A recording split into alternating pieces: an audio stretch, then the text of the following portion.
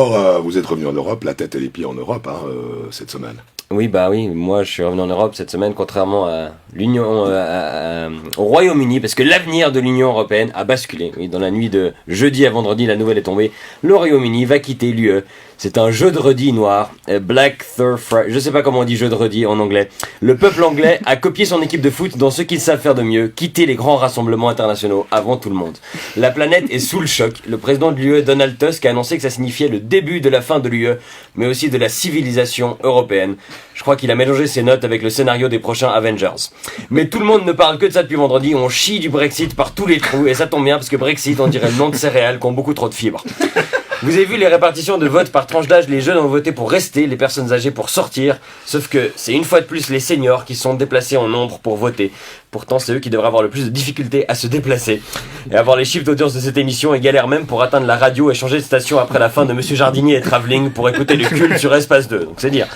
Et comme toutes les ruptures, ça s'est pas fait en douceur. Celui qui largue fait le fier, se sent tout léger, soulagé et se réjouit de se refaire le con comme quand il était jeune. Et la larguée, l'Union Européenne, fait comme si ça va. De toute façon, elle s'y était préparée. Et puis bon, 1 de perdu, 10 de retrouvé.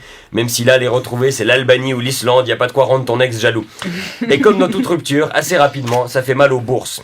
La livre sterling est tellement bas que le vainqueur de Wimbledon dans 2 semaines va recevoir tout juste de quoi s'acheter son billet de retour EasyJet.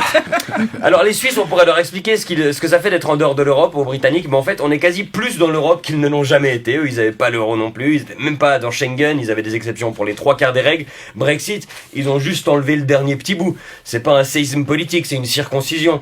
Les Brits, ils sont à moitié dans l'Europe depuis le début, tu m'étonnes que les deux finissent frustrés, c'est pas un rapport heureux. Les Anglais vont donc renégocier la joie des bilatérales, 200 accords commerciaux à renégocier pour eux, 80 000 pages de lois à réécrire. La seule valeur qui chute pas, c'est l'encre d'imprimante. D'ailleurs, comment ça va impacter nos négociations à nous, la Suisse? Ça fait 6 mois que l'Europe nous dit par la main en attendant qu'elle règle son petit problème britannique. Et maintenant, pas mal d'experts pensent que la petite Suisse va être reléguée plus loin dans les priorités désormais. C'est vrai que c'est difficile d'être très préoccupé par un petit rhume quand on est en train de t'amputer une jambe, mais notre ministre des Affaires étrangères, Didier Burkhalter, lui, il veut mettre le turbo, il veut passer en force pendant l'été. La Suisse, on est ce crevard qui voit sur Facebook que le Royaume-Uni et l'Union Européenne ont changé leur statut de en couple à célibataire, et on commente directement en dessous, on va boire un verre. Quant au UK, ils auront un nouveau Premier ministre, probablement Boris Johnson, un espèce de Donald Trump avec l'accent de Hugh Grant, comme quoi pour être le favori d'une élection, faut être totalement fou avec une chevelure blonde hirsute. C'est bon signe pour Nadine Morano ou Michel Polnareff. Et les Écossais qui eux votaient il y a 1 an et demi pour rester dans le Royaume-Uni ont massivement voté pour rester dans l'Europe, mais ça compte pas. Dommage, l'Écosse ils se sont tellement fait mettre profond qu'ils hésitent à porter des culottes sur leurs kilts désormais. Et ils pourraient redemander leur indépendance du coup, comme l'Irlande du Nord, et ça va donner des idées à la Catalogne, au Pays Basque, et pourquoi pas au Valais. Valexit, avouez que ça en jette quand même. Faut juste que Oscar Freisinger se fasse une teinture et un brushing blond et on a notre Donald Boris Johnson Trump à nous. Bon, je sais pas si on peut baser tout le PIB d'un pays sur la raclette et le FC Sion, mais essayons, pourquoi pas. Et évidemment, la moitié des partis eurosceptiques d'Europe veulent lancer leur référendum à eux dans leur pays, même si la plupart ont des sièges à Bruxelles et touchent des milliers d'euros d'indemnités parlementaires. C'était comme une super idée d'élire au Parlement européen des gens qui ont envie de le dissoudre. Moi, je vais rarement me faire soigner chez un croque-mort, mais bon. Si d'autres pays votent, ça pourrait être l'hécatombe, car la plupart des peuples européens détestent l'UE et ses institutions, et le seul endroit où on vote massivement pour des gens qu'on déteste, c'est les éliminations dans Koh-Lanta.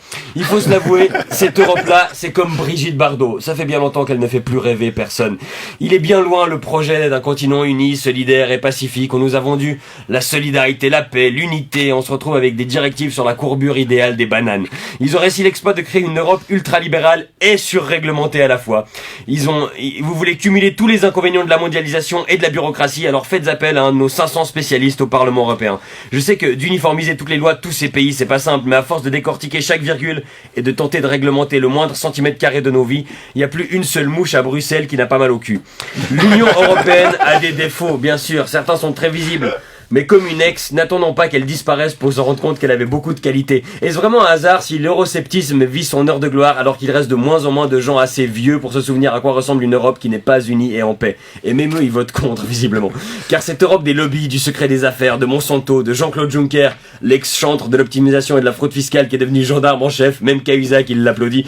L'Europe des compromis désabusés, de la lourdeur administrative et de l'absentéisme parlementaire, c'est comme au McDonald's. Ça ressemble pas du tout à ce qu'on avait commandé à la base. Et c'est cet UE-là est en train de mourir et ça se pousse pas au portillon pour lui faire un massage cardiaque. Cette année, on a déjà perdu David Bowie et Prince et pour Europe, it's the final countdown. Et bonne semaine.